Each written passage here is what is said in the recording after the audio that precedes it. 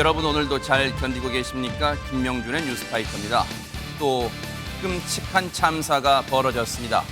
외진 곳이 아닌 도심 한복판 호텔에 새벽도 아닌 저녁 7시 30분을 조금 넘긴 시각에 화재 신고를 받고 단 4분 만에 소방차가 출동했는데 무려 19명의 사상자가 발생했습니다.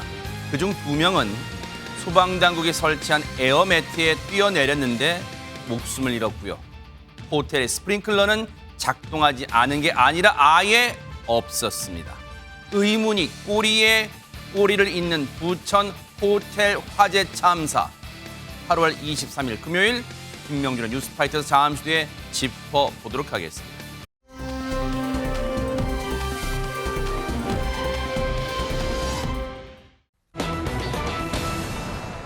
그야말로 참변입니다. 참변이 일어났습니다. 이담 아나운서. 네, 어제 오후 7시 39분쯤입니다. 부천에 있는 한 호텔에서 불이 났습니다. 9층짜리 호텔이었고요. 8층에서 화재가 발생을 한 건데 불길이 호텔 전체로 번진 건 아니었습니다. 하지만 세상에. 유독가스가 아주 빠르게 번졌는데요. 바로 저 화면입니다. 시뻘건 불길이네요, 진짜. 네, 시뻘겋게 불이 나고 있고요. 지금 유독가스와 함께 까만 연기가 퍼지고 있는 상황인데요. 화재 신고 후에 소방대가 4분 만에 출동을 했습니다. 네. 그런데 이 불로 7명이 사망했고요. 세상에. 3명은 연기를 들이마셔서 중상을 입었고 9명이 경상, 그러니까 총 19명의 사상자가 났습니다.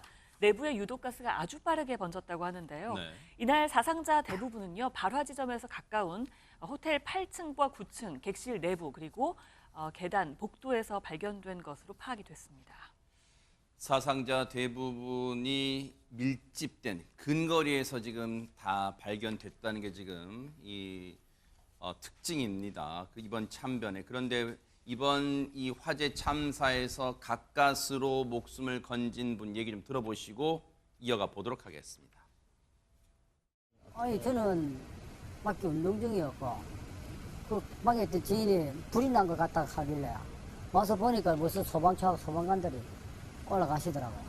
결국 1시간 만에 그 친구 나오는데 보니까 뭐 사망한 상태 같더라고.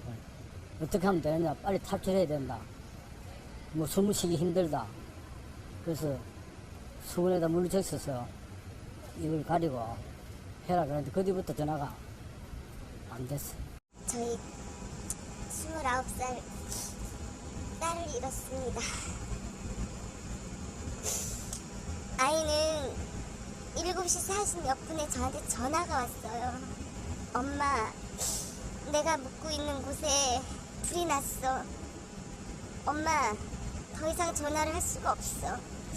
그리고 끊었어요. 위치도 알 수가 없었어요. 다시 전화가 왔어요. 다시 받았을 땐 엄마, 5분이면 내가 5분이 지나면 숨을 못 쉴 것 같아. 구급대원도 여기는 올라오지를 않아주고 있어. 내 일기장과 모든 건 다 태워줘. 그리고 전화를 끊었는데 너무나 기가 막힙니다. 지금 들으신 것처럼 어머니는 자신의 딸과 마지막 나눈 통화 내용을 너무 억장이 무너지는 마음으로 취재진에게 전했는데요.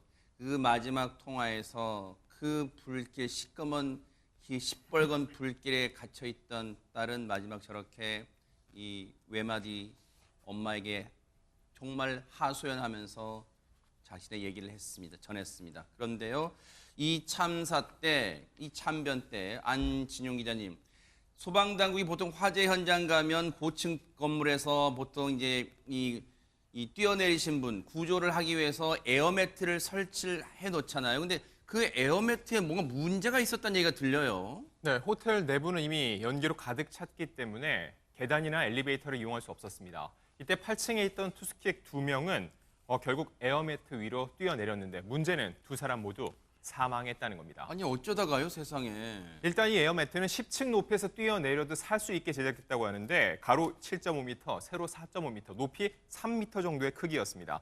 그런데 첫 번째 뛰어내린 투숙객이 모서리로 떨어지면서 에어매트가 뒤집혔고요. 그리고 3초 후에 뛰어내린 투숙객, 이 뒤집힌 에어매트에 떨어지면서 피해가 컸다고 합니다. 하하. 일단 소방당국은 에어매트는 정상적으로 설치가 됐다고 합니다. 하지만 안전한 중앙부 대신에 모서리로 떨어져 피해가 컸다고 했고, 그리고 당시 인원이 부족해서 매트는 잡아주지 못했다고 해명했습니다. 지금 보면 이 에어매트 보세요. 딱 봐도 뒤집혀 있다는 게 일단 육안으로 확인되잖아요. 근데 119 이 부천 소방서라고 이제 적혀 있는 게 원래대로면 저게 정상적으로 올바로 위치가 되려면 바로 뒤집혀 보이는 게 아니라 글자가 우리가 볼 때 바로 보여야 되잖아요. 근데 저게 앞서 말씀드린 것처럼 저 8층에서 애초에 이제 탈출하려고 뛰어내리신 분이 모서리 쪽에 떨어지시다가 그 충격으로 에어매트가 이제 뒤집혔다는 거예요. 그리고 재차 뛰어내린 분은 그 에어매트가 뒤집히는 바람에 위치가 좀 변했겠죠. 애초에 소방관 분들이 설치해 놓은 그 위치보다. 그러단 바람에 이 맨바닥에 떨어져서 결국은 목숨을 잃는 그런 참변이 일어났다는 얘기인데, 관련해서요 소방당국 얘기 들어보시고 이어가 보도록 하겠습니다. 에어매트가 뒤집어지더라고요. 예. 그럼 이게 설치상의 오류였나요? 아니면은 예. 어떤 문제가 있었던 거죠? 에어매트는 아주 정상적으로 설치를 했습니다. 10층 이상용으로 정상적으로 설치해서 했는데 이 떨어진 분이 아마 저 상황이 창문도 작고 그래서 이렇게 이 가운데 부분으로 중앙 부분으로 낙하를 해야 가장 안전하고 또 그렇게 하도록 이 매뉴얼에 돼 있는데 이 모서리로 떨어지셨습니다. 모서리로 떨어지면서 이게 이렇게 뒤집히는 현상이 생긴 게 처음에 이제 일본 SNS나 이런 데에 뒤집어서 설치를 했기 때문에 그랬다 이런 식으로 알려졌는데, 지금 현재는 저희가 그래서 지금 바닥이 약간 경사도가 좀 있습니다. 또 이 모서리로 떨어졌고 하는 거에 대해서 이런 뒤집어지는 현상이 어떻게 생겼는지에 대해서는 전문가 자문을 받아서 연구를 할 계획입니다. 잡고 있거나 그러진 않습니까? 예, 그렇게 해주는데 그때 당시에 인원이 부족해서 일부 이 사람은 있었는데 이렇게 딱 잡아주고 그러지는 못했습니다. 일단 저 부분은 차후에 지금은 이제 현장 감식 또 있어야 되고 이루어졌고요. 그리고 지금 차후에 계속해서 참사 원인은 이제 밝혀내겠지만 차후에 저 부분은 뭔가 이 정밀 조사 원인을 이제 밝혀야 될 것 같다 이런 생각을 해봐요. 에어매트는 설치했지만 에어매트를 고정시키는 장치는 지금 현재 당시에는 없었다는 게 소방당국의 설명이었어요. 행안부 장관에 대한 설명을 하는 과정에서요. 그런데 지금 보세요. 당시에 이 참사가 일어나게 된 화재는 장유미 변호사 어쩌다 화재가 일어난 겁니까? 일단 화재의 기미가 확인됐던 건 어제 저녁 7시 33분이었습니다. 이 불이 시작된 810호 이 투숙실에 원래 묵기로 했던 투숙객이 에어컨에서 스파크가 튀는 것을 보고 타는 냄새를 맡고서는 내가 객실을 좀 바꿔야 되겠다라고 요청을 합니다. 네. 그리고 문을 연 상태로 나와서 방을 옮겼는데요. 정확하게 방을 빠져나온 지 한 6분쯤 후에 해당 객실에서는 연기와 함께 불이 나기 시작을 했습니다. 다행이지만 해당 투숙객은 피신을 해서 사상자에 포함되지 않은 것으로 전해지고 있는데요. 아마 에어컨에서 발생한 화재 때문이지 않겠느냐라고 추정이 되고 있는데, 보통 에어컨 화재는 장시간 에어컨을 켜두거나 과부하가 걸렸을 때 많이 발생한다고 합니다. 그리고 에어컨 내부에 이제 청소를 제대로 하지 않으면은 이제 이물질이 쌓이게 되는데요. 네. 이렇게 쌓여둔 이물질이 노후화된 전선과 또 이 스파크를 일으키면서 화재가 발생하는 경우들도 종종 있어서 지금 화재의 정확한 이 원인을 감식 중에 있기 때문에 정확한 내용은 추후 곧 나올 것으로 보입니다. 그러니까요. 아직은 뭐라고 단언하기는 힘들 것 같아요. 해당 객실 810호에서 에어컨에서 불꽃이 튀었다. 그래서 그 에어컨에서 최초의 발화가 된 건지는 지금 합동 감식 결과가 나와봐야지 알 수 있을 것 같은 너무너무 지금 안타까운 상황이에요. 그런데 이인석 변호사님, 저 호텔이 지금 9층 높이 호텔이란 말이에요. 그러면 보통 우리가 이제 천장에 화재가 났을 때 그걸 감지해서 바로 자동적으로 물이 분사되는 스프링클러 장치 그런 게 있었을 거 아닙니까? 안타깝게도 이 사고 발생 호텔에는 스프링클러가 설치되어 있지 않았다고 합니다. 그래서 피해가 조금 더 커졌다고 하는데요. 아니, 호텔에 스프링클러가 없어요? 이게 2017년에 관련 법이 개정되면서 6층 이상의 모든 신축 건물에는 층마다 스프링클러를 설치하는 것이 의무화됐습니다. 네. 하지만 일부 의료기관 등을 제외하면 설치 의무가 소급 적용되지는 않았던 거죠. 그래서 지어진 지 오래된 건물은 화재에 매우 취약할 수밖에 없습니다. 그리고 부천 소방서 측이 밝힌 바에 따르면 그 호텔이 2003년도에 완공이 됐는데 당시에는 스프링클러 설치 대상이 아니었다고 합니다. 아니, 근데 최준영 변호사님, 네. 이 얘기를 듣고 시청자분들은 진짜 자신의 일처럼 진짜 너무 놀라고 그리고 답답하실 거예요. 그러면 지금 이 설명대로라면, 이인석 변호사님 설명대로라면 2017년 개정된 관련법에 따르면 6층 이상 모든 신축 건물의 층마다 스프링클러 설치를 의무화가 됐어요. 2017년에 개정된 법률에 따르면 바꿔 말하면 2017년 전에 완공된 건물들은 스프링클러 없이 그냥 답답하게 이런 속수무책을 당해야 된다는 얘기예요. 이게 뭡니까 이게 진짜. 정말 한숨이 나올 수밖에 없는데요. 헌법상 이른바 소급 입법에 의한 재산권 침해 논란, 이 부분이 가장 문제가 되는 것이죠. 사실 2017년 이전이라 한다 하더라도 국가안전보장, 질서유지, 공공복리를 위해서 법률로서 이와 같이 2017년 이전 건물에 대해서도 스프링클러를 설치하도록 법을 바꿀 수는 있습니다. 근데 그렇게 할 경우에는 예전에 나에 있는 기득권을 어떻게 하고 라는 그런 항변이 가능하거든요. 법으로는 가능하지만 반발이 있을 가능성이 있기 때문에 그래서 전문가들은 그런 식으로 규제 일변도로 할 것이 아니고 결국 설치하는 데 할 경우에는 세제 혜택이라든가 아니면 스프링클러를 설치할 때에 그 재원을 지원해주는 이는 긍정적인 포지티브한 정책으로서 그렇죠. 이를 유도할 수 있는 그런 강력한 행정적 드라이브가 필요하다라는 것이 지금 많이 지금 얘기를 되고 있는데 아마 우리나라에서 2017년 이전에 지어진 많은 이 숙박시설이 있을 것 같습니다. 이번 계기로 해서 이 사회적 공론화를 해야 될 필요성이 반드시 있는 것이 아닌가 생각합니다. 그러니까요. 우리가 그런 생각하잖아요. 이 참변을 겪고 나니까 스프링클러라도 있었다면 이런 가정법, 이런 생각이 왜 안 들겠어요? 너무너무 안타깝습니다. 이게 화재 이제 합동감식 결과 나와봐야겠지만 우리가 인재, 사람으로 인한 이런 참변 원인은 없었는지 한번 꼼꼼히 들여다봐야 될 것 같습니다.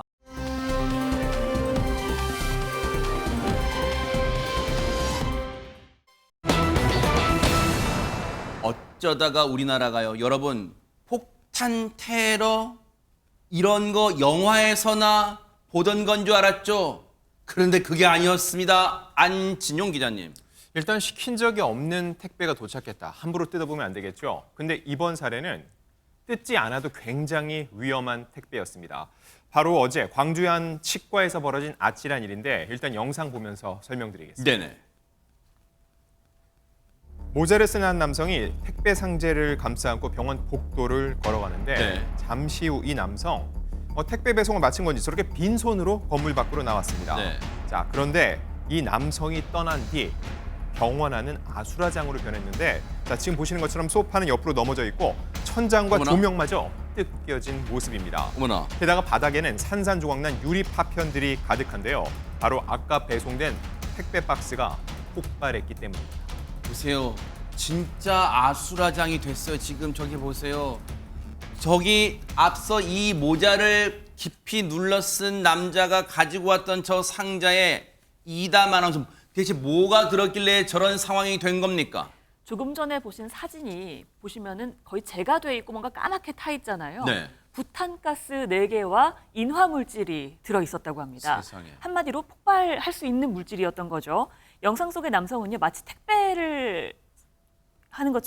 배달하는 것처럼 행세하면서 폭발물이 든 이 상자를 치과 출입문 안쪽에 놓고요, 라이터로 불을 붙인 뒤에 재빨리 병원을 벗어났다고 합니다. 어허. 그리고 얼마 지나지 않아 불이 붙어 있던 이 상자는 연쇄 폭발을 일으킨 겁니다. 이 건물은요, 대형 건물입니다. 꽤 큰 어. 건물이라서요. 네. 이 건물 안에 식당도 있고 뭐 다른 병원도 있었다고 아, 합니다. 그래요? 네. 폭발 사고가 벌어지니까 병원 관계자를 비롯한 환자들까지 한 90여 명이 대피를 했다고 하고요. 경찰 특공대와 폭발물 처리반까지 출동을 해서 긴급 출동해서 이 상황을 정리를 했다고 합니다. 네. 폭발과 함께 불길까지 일어서 어머나. 화재로 크게 이어질 뻔했는데요. 어떻게 보면은 그나마 다행히 스프링클러가 작동이 되면서 9분 만에 불은 꺼졌다고 합니다. 그러니까 여긴 또 스프링클러가 있었어요. 다행히. 그런데 보세요. 자, 폭발이 일어났던 저 치과, 그 당시에 저 치과 바로 위층에 계셨던 분 얘기 좀 들어보시고 이어가 보도록 하겠습니다. 식사 중에 작은 폭발음이 2번 연속으로 들려서 그때는 뭐 그 소리가 그렇게 크지 않아서 대수롭지 않게 넘겼는데 세 번째 폭발음이 상당히 크게 들리면서 바닥이 울릴 정도였고 비명 소리도 굉장히 컸기 때문에 이거는 무슨 폭발이 일어난 게 분명하다 이렇게 인지할 수 있을 정도였습니다. 아니 세상이 어쩌다가 우리 대한민국이 어쩌다 이렇게 됐어요. 장윤 변호사님, 뭔가 상자에 폭발물, 인화성 물질 잔뜩 든 폭발물을 어디에 두고 가서 잠시 후에 폭탄, 그게 실제 터지는, 영화에서나 보는 장면인 줄 알았는데 이게 실제 우리 생활에서 일어났어요, 진짜. 그러니까요. 일상의 공간의 폭발물 상당히 이례적이기도 하고 낯선데요. 자꾸 봤더니 용의자는 70대 남성이었습니다. 이 해당 치과를 이용했었던 환자인 것으로 확인이 됐는데요. 여기 환자였다고요? 맞습니다. 일단 범행 이후에는 도망을 쳐서요. 시내 모처에서 술을 마시고 범행 이후 2시간 뒤에는 직접 경찰서를 두 발로 찾아가서 자수를 했습니다. 그런데 자수를 할 당시에도 술에 취해 있었는데 확인해 보니 범행 당시에도 술을 마시고 갔던 것으로 확인이 됐습니다. 경찰에 따르면 이 남성, 이 치과에서 몇 개월 전에 이 보철 치료를 받았던 환자였다고 합니다. 네. 근데 치료를 받은 이후에도 이가 계속 이제 흔들리니까 병원에 상당히 항의를 했던 것으로 보이고요. 그래서 이를 좀 잡아주는 시술을 받기는 했는데 그 이후에도 좀 차도가 없자 병원 측과 환부를 받을지 아니면 재시술을 할지 좀 이 실랑이가 있었다고 하고요. 환자 본인이 그럼 나는 다시 치료를 받겠다라고 해서 날짜를 예약까지 걸어둔 상태였다고 합니다. 근데 예약 당일날 이 환자는 병원에 오지 않았던 거예요. 그리고 그 다음 날 병원에 폭발물을 들고 이 병원을 찾아갔던 겁니다. 아니, 환부를 받으시겠습니까? 재시술을 받으시겠습니까? 병원 측과 상의했다면서. 그래서 본인이 그럼 재시술을 해주세요. 그래서 재시술 날짜를 그제로 잡았다면서. 근데 그 재시술 날짜는 다 오지 않고 세상에 저렇게 폭발물을 잔뜩 안고 왔어요. 그런데 보세요. 여러분 궁금하시잖아요. 저 폭발물, 인화성 물질이 잔뜩 든 저 폭발물 대체 어디서 구입한 걸까요? 얘기 들어보시고 이어가 보도록 하겠습니다. 병원 문이 열려 있었습니다. 출입문이 열리니까 그 앞 출입문 안쪽에 두고 갔습니다. 부탄가스 종류로 본인이 맞는 걸로 추정하고 있습니다. 치료 과정에 어떤 불만 사항이 있었는지 그 부분에 대해서 추가 조사 후에 알려드리도록 하겠습니다. 여기서 우리 귀를 의심케 하는 말이 나왔어요. 지금 그냥 우리가 시중에서 구하는 그런 폭발, 이 부탄가스인 줄 알았는데 그런 버너를 사용할 때 쓰는. 그런데 이인석 변호사님, 본인이 만든 집 사제 폭발물이다. 이게 무슨 말이에요, 이게? 일단 그 폭발물을 본인이 직접 만들었다고 얘기를 했다고 하고요. 네. 경찰은 이 남성이 재시술 직전부터 범행을 계획하고 있었던 정황을 발견했습니다. 조사 결과 이 남성이 예약일을 하루 이틀 정도 앞두고 주거지 인근 마트에서 부탄가스를 구입하고 인근 주유소에서 인화물질을 구입했다고 합니다. 세상에. 그래서 이 구입한 인화물질과 부탄가스를 한데 묶어서 폭발물을 만든 거죠. 그리고 이런 제작 방법은 이 남성이 진술하기로는 어디에서 배운 건 아니고 상식선에서 이렇게 만들면 폭발할 걸로 생각했다라고 진술한 걸로 전해지고 있습니다. 지금 다른 모범 범죄가 뒤따를까 너무 걱정되는데, 근데 보세요, 최진영 변호사님. 앞서 저 폭발이 일어났던 치과 위층에서 근무하셨던 분 얘기 들어보면 처음에는 작은 폭발음 2차례가 먼저 있었고 나중에 3번째 큰 폭발음이 났다는데, 그러면 그건 어떻게 우리가 해석을 해야 되는 거예요?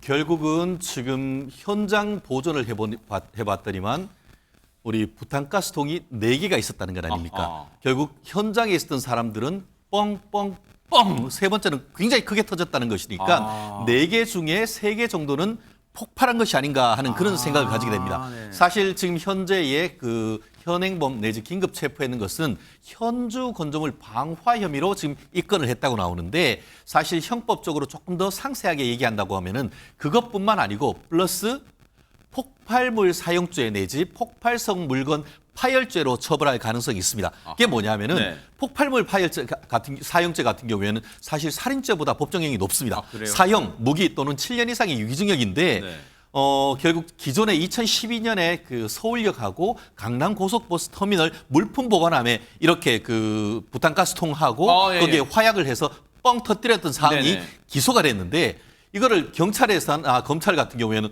이렇게 터졌으면 이거는 폭발물 아니냐, 쉽게 말하면 사제폭탄 아니냐라고 해서 기소를 했는데 1심, 2심은 맞다, 유죄라고 했는데 대법원에 가가지고는 그 정도 터뜨린 걸 가지고는 수류탄 같은 그런 폭탄이라고 보긴 어렵지만 폭발성 물건은 맞다, 이렇게 지금 판단을 했었거든요.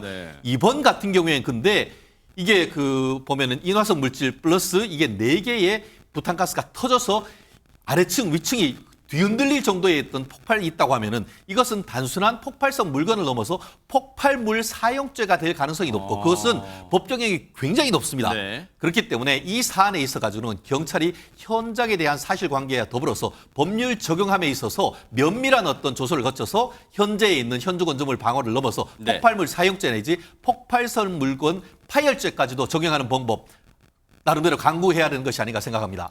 이런 끔찍한 범죄를 저지르고 이 몹쓸 인간은 모처에서 술을 마셨답니다. 그 술을 마시면서 무슨 생각을 했을까요? 그리고 나서 2시간여 만에 자수인데 그게 진정한 자수인가요? 정말로 어차피 도망갈 데도 없으니까 결국 자수라는 형태를 취한 거 아니에요? 반드시 이 남성에게 법이 살아있다는 무거운 중형 내려지기를 기대를 해보도록 하겠습니다.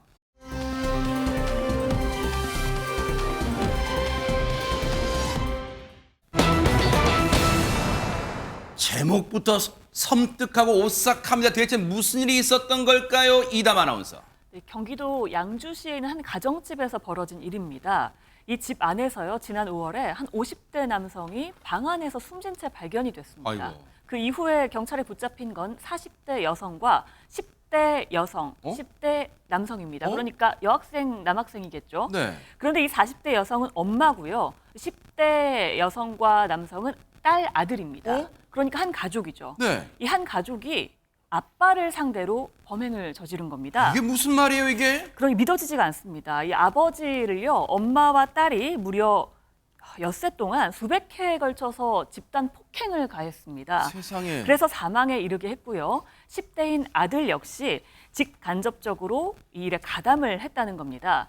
지금 보시는 것처럼 이 아들은요, 촉법 소년이라고 어머나. 합니다. 그러니까 중2도 안 된 거죠. 나이도 어린 아들이 네. 물론 나이가 많다고 이런 폭행을 가담해서는 안 되겠지만 나이도 어린 아들이 가담했다고 이 끔찍한 일에? 맞습니다.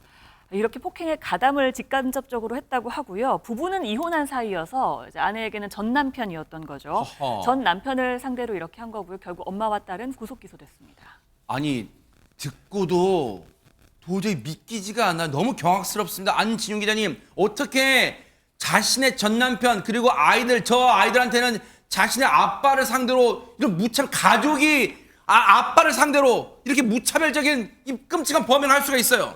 일단 이혼을 해서 같이 살고 있지는 않았던 것으로 보이고요. 의논할 일이 있다면서 아빠를 불러냈고 술을 마신 뒤 이렇게 무차별 폭행을 가했다고 합니다. 여기서 가장 궁금한 거는 네. 도대체 왜 이런 일을 벌였냐는 거죠. 그러니까요. 자, 이 범행 동기가 무엇이기에 이렇게까지 아빠를 때려서 숨지게 했을까요? 경찰에 붙잡힌 모녀의 처음 주장은 이랬습니다. 아빠가 과거 자식들을 상대로 성범죄를 저지른 문제가 있어서 이와 관련해 다툼을 벌이다가 우발적으로 폭행을 했다고 주장을 했습니다. 허허. 자, 그런데 경찰, 네. 아빠의 몸을 보니까 이건 일반적인 폭행 사안이 아니라고 판단이 들었던 거죠. 그래서 일단 피의자들의 진술을 거짓으로 보고 앞서 이들은 우발적 폭행을 주장했지만 살인의 고의성 여부를 면밀하게 들여다보고 있습니다. 아니 물론 지금 이 모녀의 말을 다 고지고대로 들을 수는 없지만 지금 이 사망한 아빠라는 사람, 그러니까 이 여성에게는 전 남편이죠. 이 전 남편이 지금 과거에 자식들을 상대로 몹쓸 성범죄를 저지른 전력이 있어서 그걸 다투다가 이런 일을 벌였다고 하지만 그렇다 하더라도 사람 목숨을 해야 한다는 건데 장윤 변호사님 이게 도저히 믿기지가 않아요. 그렇죠. 경찰도 이 부분을 의심스럽다고 생각한 겁니다. 우발적으로 폭행을 하면 일회적으로 멈춰야 되는데 6일 동안이나 가둬놓고 때렸다니요. 이건 앞뒤가 맞지 않죠. 그리고 범행의 동기에 대해서도 그렇다면 자식들에 대해서 성범죄를 과거에 저질렀던 게 맞느냐? 그렇지만 사실이 아닌 것으로 확인이 된 겁니다. 세상에. 그렇다면 다시 원점으로 돌아가서 왜 이런 범행을 저질렀을까? 범행 장소에 주목할 필요가 있어요. 왜요?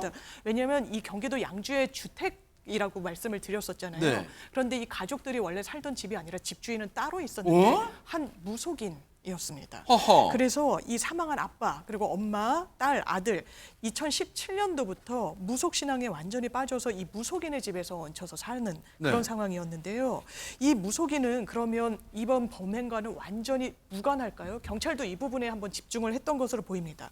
그래서 무속인에게 이 범행과 관련해서 어떤 관여성이 있는지를 물었을 때 네. 나는 그때 옆에서 자고 있어서 전혀 이런 일이 벌어지는 줄도 몰랐다. 이게 말이 돼요? 예, 폭행 사실도 알지 못했다라고 라고 진술을 했었는데요.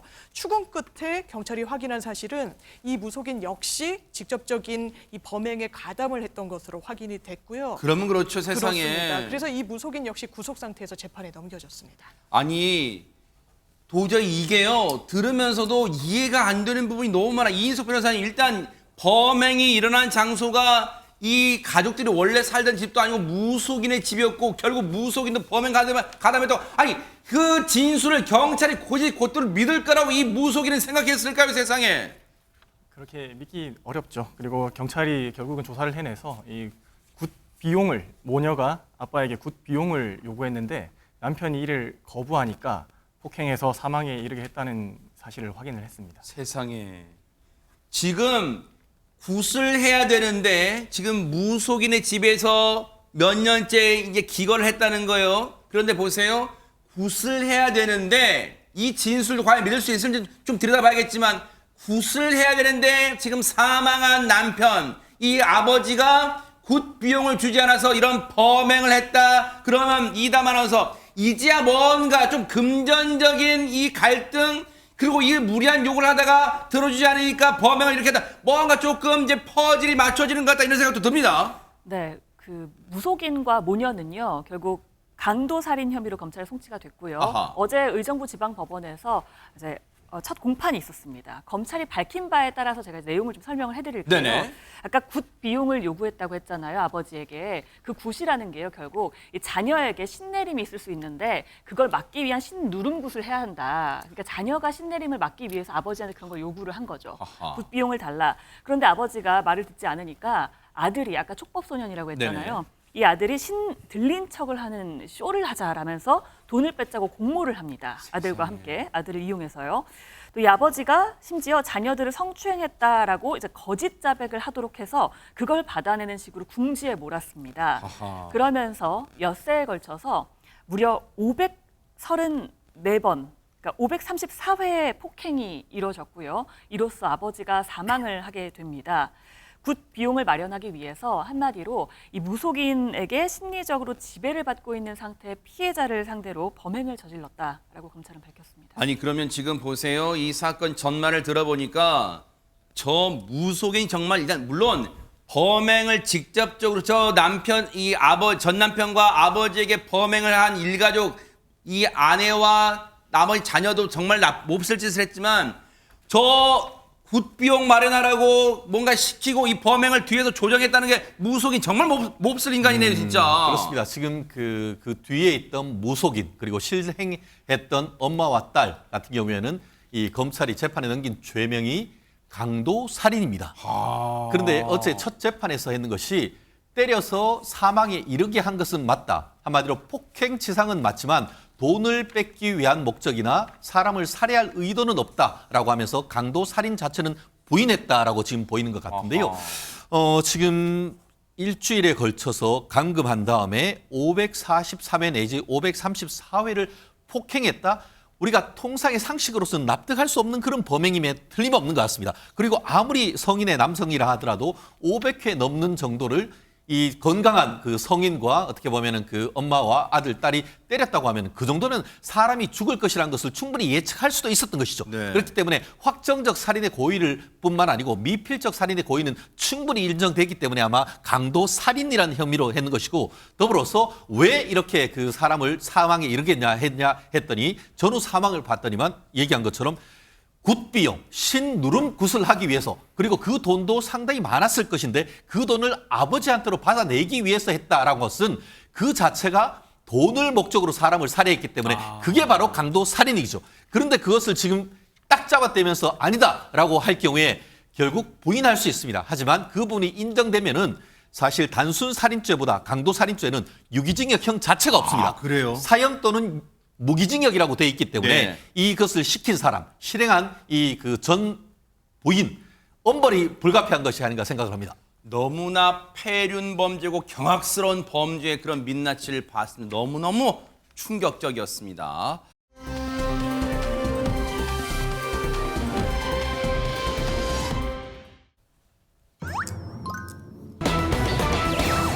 자, 무분이가 오랜만에 나왔는데 자, 80세 배우 김종결의 순애보 하면 자 제목만 보면 여러분 80세 배우 김종결이라는데 안진용 기자님 대부분 시청자분들 그러실 것 같아요. 김종결이 누구야? 그러실 것 같아요. 이름에서는 고개를 갸웃하다가 사진을 보자마자 고개를 끄덕이게 되실 겁니다. 그래요? 맞습니다. 주로 사극에 자주 출연을 했었는데 대표작을 말씀드리면은 시청률 60%에 육박했던 모래시계 그리고 여인천하가 있습니다. 아, 이분이네요. 지금, 아하. 사진 나오고 있죠? 왼쪽 아닙니다. 오른쪽입니다. 네. 네.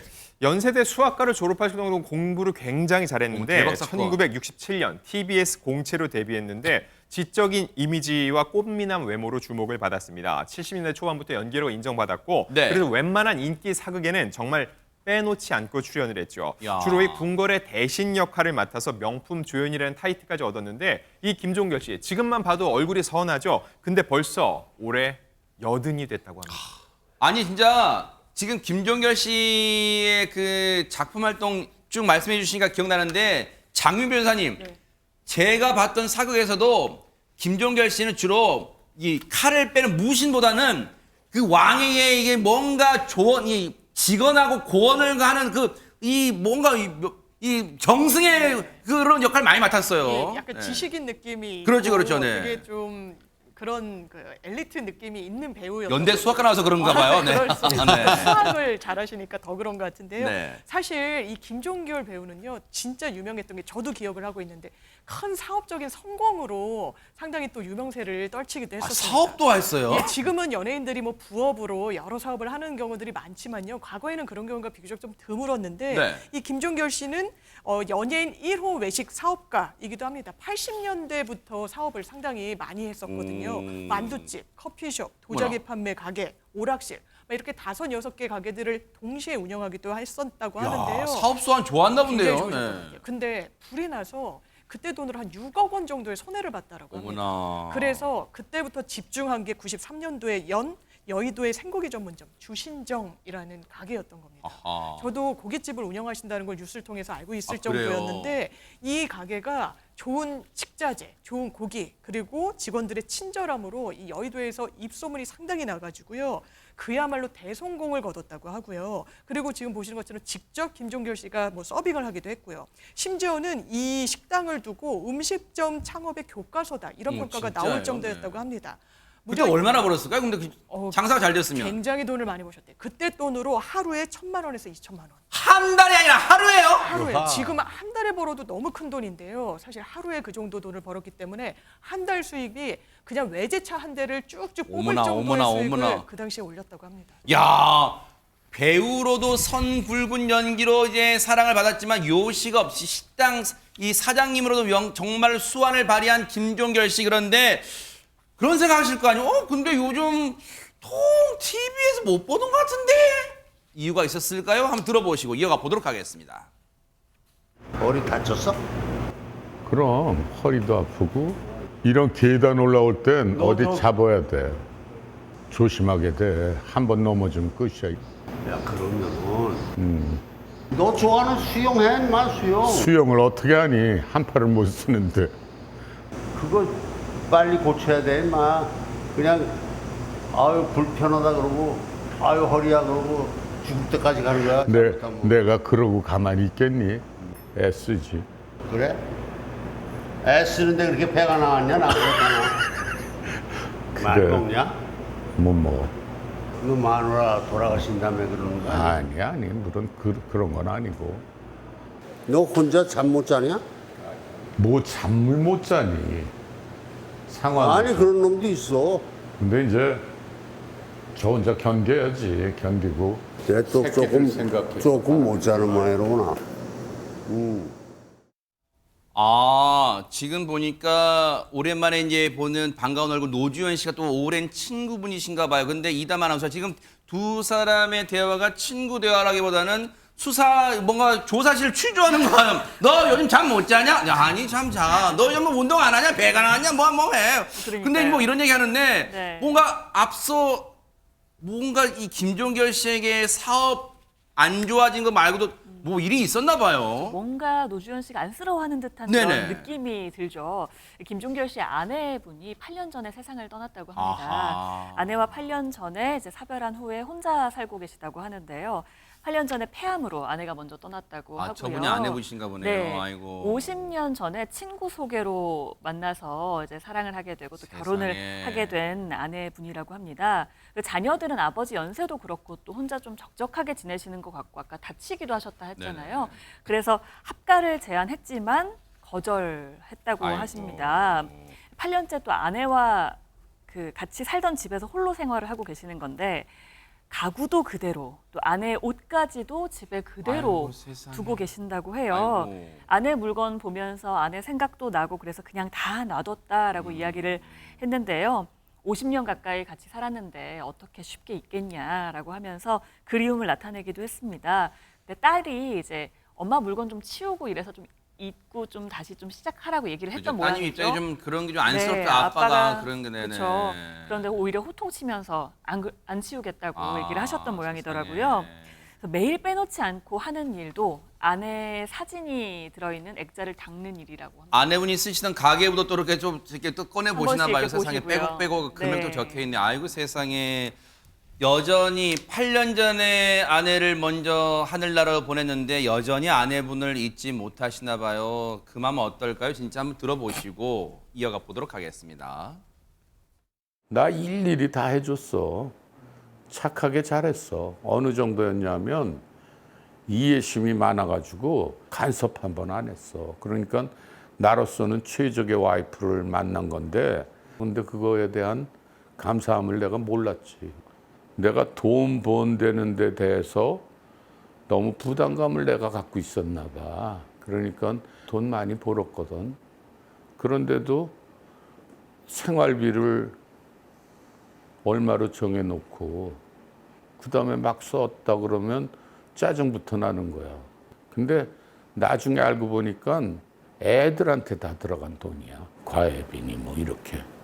또 거기에 대해서 큰 소리 친 거에 대해서만 후회가 많지. 아유, 그때 그랬나 봐요. 자신은 정말 열심히 식당도 막 하면서 열심히 벌고 있는데 돈 있으면 혹시라도 미뤄 짐작컨대 그때 당시에는 아내분이 혹시 돈을 헤프게 쓰신다고 생각했나 봐요. 근데 나중에 알고 보니까 그게 다 자식들 뒷바라지 공부시키고 먹이고 했던 건 돈인데 근데 최진영 변호사님 꼭 남자들은 그래요. 나중에 늦게 철 들어가지고 내가 그때 왜 그랬을까? 이때 막 후회해요. 껄껄껄 그러죠. 그때 좀 더 잘해줄 걸 맞아요. 하는데 근데 이렇게 그 얘기하시는 거 보면 사실은 돌아가시기 전에도 잘하신 것이 아닌가 하는 맞아요. 생각이 드는데요. 그런 의미에서 그 김종결 그 우리 배우님은 아내 사랑 종결자였다는 그런 생각이 드는 것 같습니다. 사실 남자의 3대 비극 그런 말이 있죠. 소년등과 중년 상처, 노년 무전 이렇게 하는데 80세가 되셔서 어떻게 보면은 그때 이제 8년 전이라고 하니까 70대 초반에 아마 돌아가신 것 같은데 그래도 한 50년 가까이 해로했다는 사실 자체로 보면은 다른 분들보다는 훨씬 더 부부간의 어떤 사랑이 돈독했다라는 것을 보이는데 지금도 사진 속의 아내분이 애틋하게 김종결 씨를 바라보는 것 같아요. 그렇죠. 여보 잘 있죠? 막 이런 것 같아요. 마치 진짜. 같이 생활하는 거나 마찬가지인 그러니까요. 그런 네. 생활을 하는 모습을 보면서 저도 저희 어머니 아버지를 생각하면서 가슴이 찡한데 마지막으로 정말 저도 스스로 남편이라 송구합니다. 남송합니다. 네. 그래요.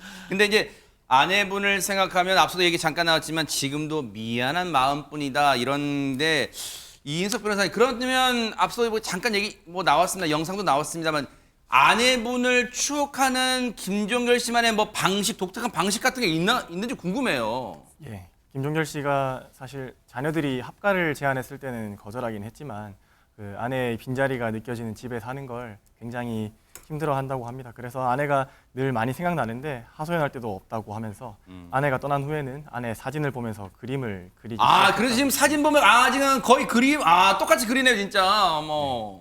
그래서 그 중에서도 김종결 씨가 가장 좋아하는 그림이 있는데 밝게 웃는 아내의 사진을 보고 직접 그린 그림이라고 합니다. 네. 아내가 생전에 사진을 별로 안 찍었는데 어머 진짜 똑같이 그렸어요 진짜. 어머. 아내 얼굴을 그릴 때면 아내가 쓰던 표정이 많이 생각난다고 합니다. 그러니까 왜 안 그러겠어요? 이제는 다시 실제로 아내의 얼굴을 만질 수도 볼 수도 없지만 뭔가 지금도 못다한 이야기가 있을 거 아니에요. 이렇게 전하고 있습니다. 한번 들어보시고 이어가 보도록 하겠습니다. 경희야, 나왔다. 자, 너 좋아하는 커피. 경희야, 앉아서 곰곰이 생각해 보니까 잘한 일은 없는 것 같다. 그래서 네가 이렇게 불편하게 하는 남편을 그렇게 오래 같이 있어줘서 고맙고, 애들 끔찍히 위하는 걸 내가 왜 모르겠니? 그거 주는 돈이 아깝겠니? 그냥 나 혼자 이끌어가는 게 너무 힘들었어. 그 애들 내가 잘 보살필게. 정말 잘 보살필게. 네 행복만 생각해, 이 바보야.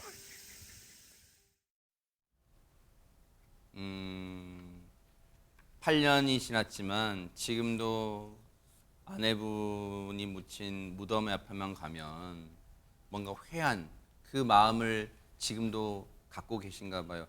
하지만 그 아내분도 지금 하늘나라에서 김종결 씨, 남편 김종결 씨의 마음 다 알고 충분히 알고 계실 거라 생각합니다. 이제는 마음의 짐을 좀 다 내려놓고 자제분들 그 바람처럼 이제 좀 내려놓고 이제 자제분들과 더 행복하게 사는 모습, 그게 정말 아내분이 하늘나라에서 바라는 모습 아닐까 그런 생각 해봅니다. 힘내시길 또 기원해 보도록 하겠습니다.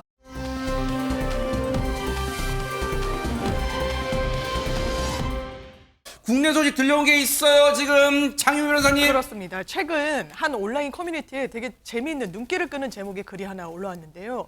아니, 내가 알바집 사장님인데 요새 애들 이거 실화냐라는 제목이었어요. 왜요? 뭐냐면 이 글쓴이가 올린 입사 지원서가 있습니다. 네. 그러니까 아르바이트생을 뽑기 위해서 입사 지원서를 받아봤는데 네. 거기에 보면 뭐 성명, 뭐 학벌, 뭐 여러 난이 있는데 거기 휴대전화란에 이 지원자가 뭐라고 써놨냐면 연락처 적었겠죠. 뭐 010. 보통 그렇잖아요. 010 써야 되는데 지금 보시는 뭐라고 것처럼요. 썼네요? 아이폰 12 미니라고 써놓은 거예요.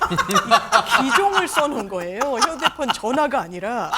그러니까 이거는 정말 발상의 전환인지 뭔지 이 공고를 냈던 사장님은 그야말로 황당하다, 당황스럽다 이런 입장을 냈습니다.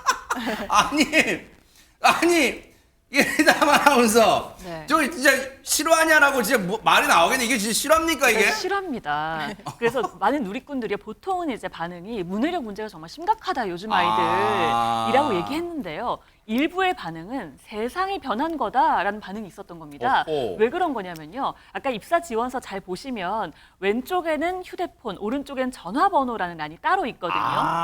근데 휴대폰과 전화번호 란이 두 개가 있으면 저희 눈에는 안 보이는 글이 보이죠. 휴대폰 번호, 집 전화번호.